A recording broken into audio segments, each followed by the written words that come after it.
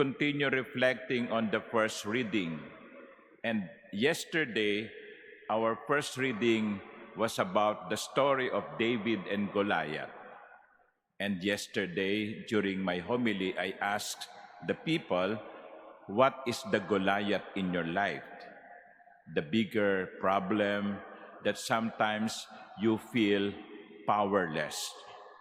Well, the question should be, should not be, am I strong enough?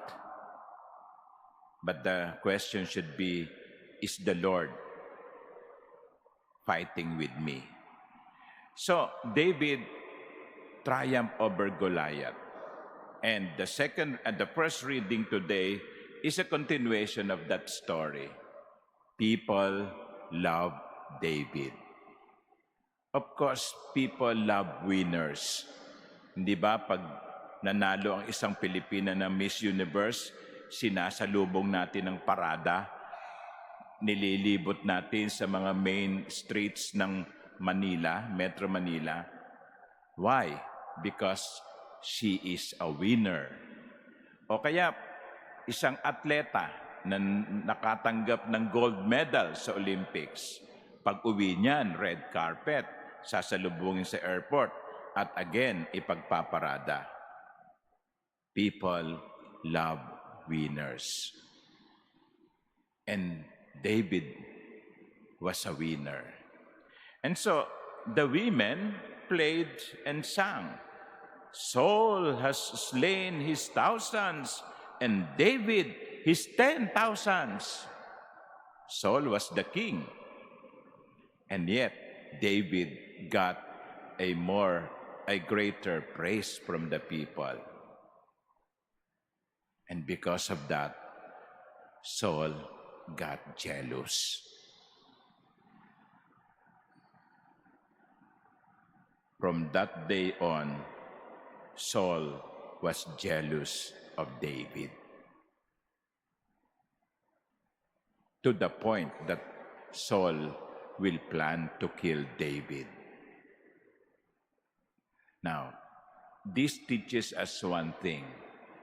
Jealousy does not begin with hatred. It begins with comparison. When we begin comparing ourselves with other people, either we become proud because we find people beneath us, or we become jealous because we find people who seem to be better than us. Yung kapitbahay namin, mas malaki yung TV kaysa sa amin. Yung kapitbahay ko, kabibili lang ng bagong kotse. Yung kotse namin, 16 years na hindi pa napapalitan.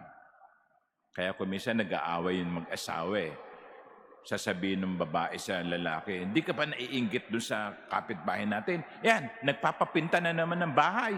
No? Yan. We compare. And that is sometimes the root of jealousy. When we keep comparing ourselves with other people. Just like Saul. Saul compared his praises against David's. Saul compared himself with David, and he became jealous.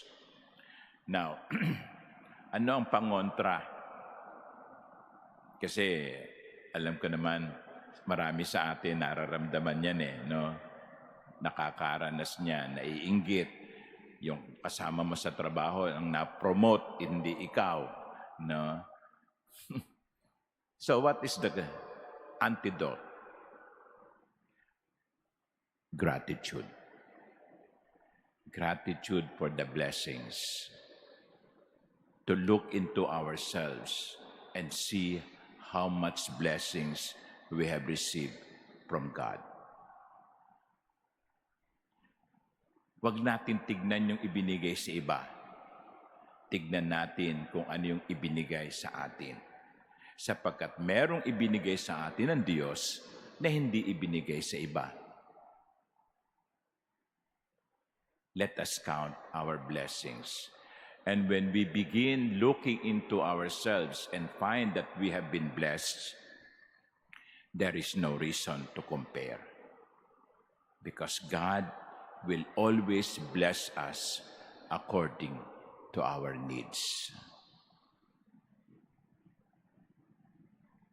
Ihinto natin ang pagkukumpara.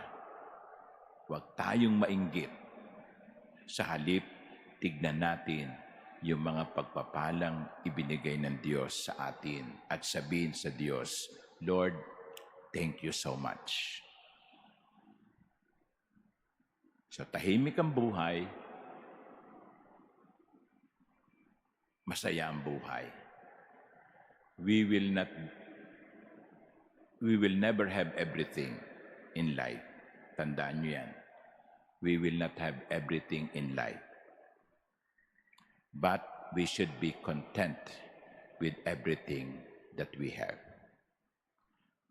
Amen.